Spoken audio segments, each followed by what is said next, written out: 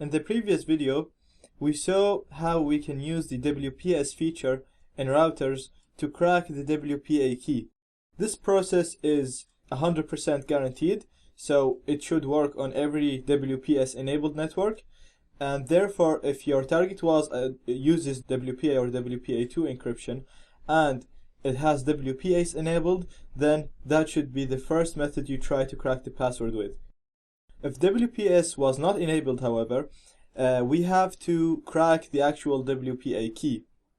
Now, we explained in previous video that in WPA, each packet is encrypted using a unique temporary key. So it's not like WEP where IVs were repeated, and once we collect a large number of data packets with the same IV, we can calculate the WEP key. In WPA, each packet is encrypted using a unique IV, and it's a temporary unique IV, so that even if we collect 1 million packets, these packets will be not useful for us because they do not contain any information that can help us determine the actual WPA key.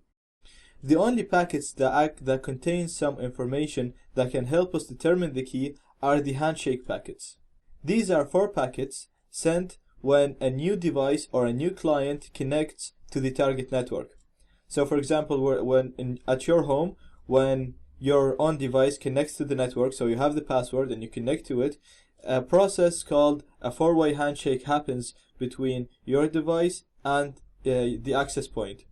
In this process, 4 packets, called the handshake packets, gets transferred between those 2 devices to authenticate your device with the access point.